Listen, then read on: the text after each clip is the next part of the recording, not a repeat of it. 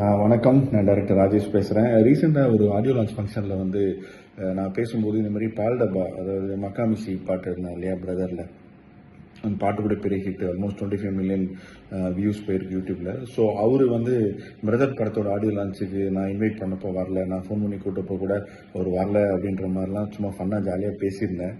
அது வந்து ஒரு சின்ன கான்ட்ரவர்சி ஆகிடுச்சு. ஸோ அது சம்மந்தமாக ஒரு சின்ன எக்ஸ்ப்ளனேஷன் கொடுத்தலான்னு எனக்கு தோணுச்சு. ஸோ அன்னைக்கு அந்த ஃபங்க்ஷன் அன்னைக்கு அவரை எப்படியாவது கூப்பிட்டு ஸ்டேஜில் ஏற்றி அவருக்கு உண்டான ஒரு மரியாதை கொடுக்கணும், அவருக்கு உண்டான ஒரு ரெக்கக்னேஷன் கொடுக்கணும் அப்படிங்கிறது தான் என்னோட ஆசையாக இருந்துச்சு. ஏன்னா ஒரு யங்ஸ்டரு, நீ அவர் பாட்டு பெரிய ஹிட் ஆகிருக்கு. ஸோ ஹாரி சாரோட ஒரு ஸ்க்ரீன் ஸ்பேஸ் கொடுக்கணும். ஏன்னா இன்னைக்கு லிரிக்ஸ் ரைட்டர்ஸு, சிங்கர்ஸ் எல்லாருமே அப்படி ஒரு மேடை கிடைக்கலையா அப்படின்னு எங்கிட்டு இருக்காங்க. ஸோ அது கொடுக்கணும் அப்படிங்கிறது தான் என்னோட மோட்டிவாக இருந்துச்சு. ஸோ அதனால எப்படியாவது ஒரு வரணும்னு நினச்சேன். அவர் வர முடியாத ஒரு சுச்சுவேஷன் இருந்துச்சு. ஏன்னா அன்னைக்கு வந்து யூடியூபர்ஸோட ஒரு லைவ் ஈவெண்ட் இருந்துச்சு அவருக்கு. ஸோ அவர் வரலன்னு சொல்லிட்டாரு. ஆனால் அன்னைக்கு காலையில் வந்தார் ஃபங்க்ஷனுக்கு, பிரதர் ஆடியோ லான்ச்சுக்கு வந்துட்டு எல்லாருக்கும் ஹாய் சொல்லிட்டு அவர் கிளம்பிட்டாரு. எனக்கு என்னன்னா ஒன்றும் புரியல, ஏன் இந்த மாதிரி ஸ்டேஜுக்கு வரல, அதுக்குள்ளே கிளம்பிட்டாரு. நான் விட்டேன், அப்புறம் ஃபங்க்ஷன் முடிஞ்சிருச்சு.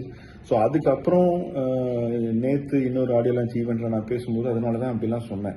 ஆடியோ லான்ச் ஃபங்க்ஷனுக்கு லிரிக் ரைட்டர்ஸ்லாம் வரணும், சிங்கர்ஸ்லாம் வரணும்னு சொன்னேன்.